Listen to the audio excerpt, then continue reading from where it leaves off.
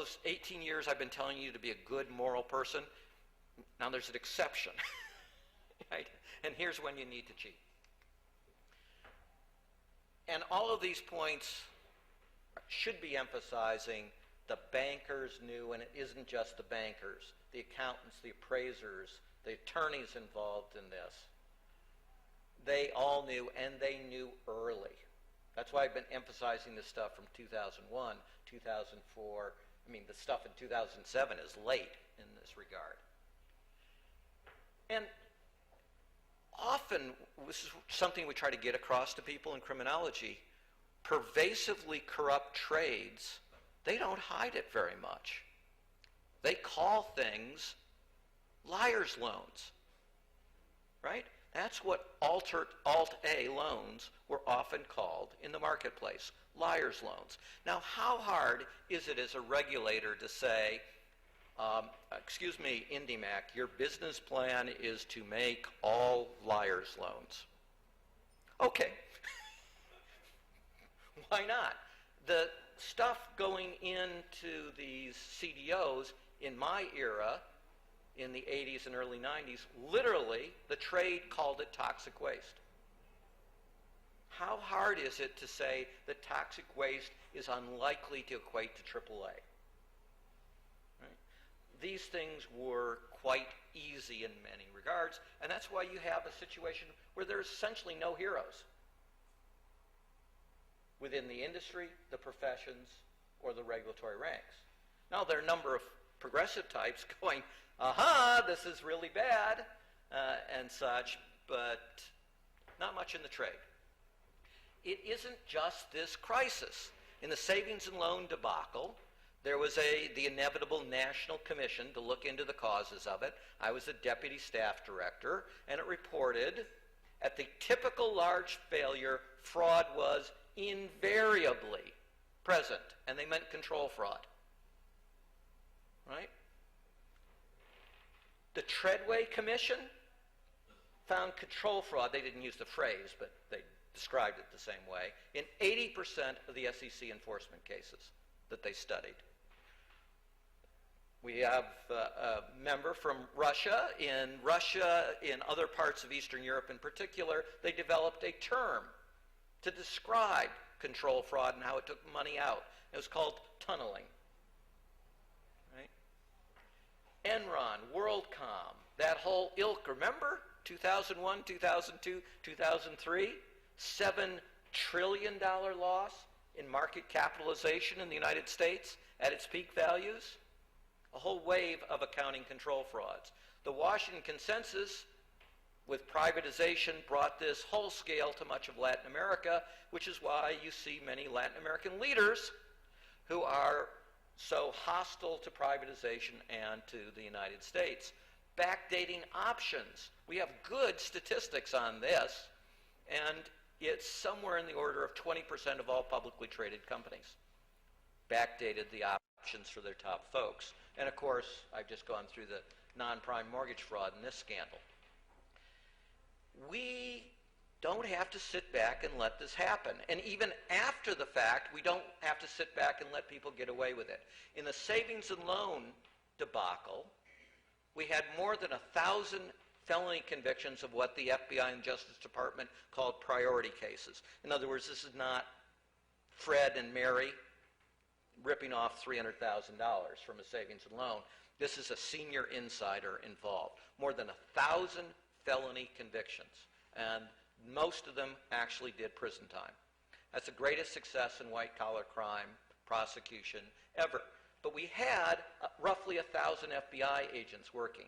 We had at any given time about the equivalent of 40 FTEs, full-time equivalents, of our regulatory personnel detailed, the Brits would call it seconded, to be working with the FBI because of grand jury secrecy provisions and such. It was an enormous commitment. It was the top priority of the agency and the Justice Department, and it succeeded. Look at the numbers of FBI agents, even after they identified an epidemic of fraud in 2004. 120 FBI agents in fiscal year 2007. They did not begin to investigate the non-prime specialty lenders, the IndyMacs, Countrywides, WAMUs, New Century of the world. They didn't even begin to investigate them until March of 2007, and again, that's non-random. That's when the secondary market collapsed. And they finally said, oh, maybe we should look at this. And there have been how many indictments since? 0 of the elites who ran these entities. There's a civil action by the SEC, but that's not a prosecution.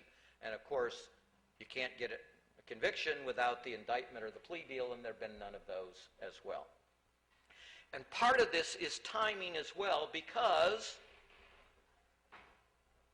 one of the reactions to the September 11 attacks was to transfer 500 white-collar crime FBI specialists out of white-collar crime and put them on national security, because FBI agents can't infiltrate Al-Qaeda, but they can follow the money, goes the argument. You can understand that, but what you can't understand is that the Bush administration refused to replace the 500 FBI agents. Okay, so overall, that has meant a very substantial reduction in virtually all elite white-collar crime prosecutions under the Bush administration. And it depends on how you calculate it, but it's somewhere in the 15 to 30% reduction. Is it any surprise that it's also the peak of white-collar crime in the history of the United States?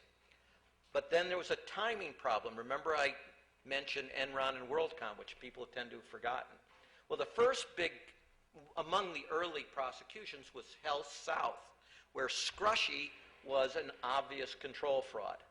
And they got 5 former CFOs to testify that he had instructed them to create fraudulent accounting to boost the income, and he still got off.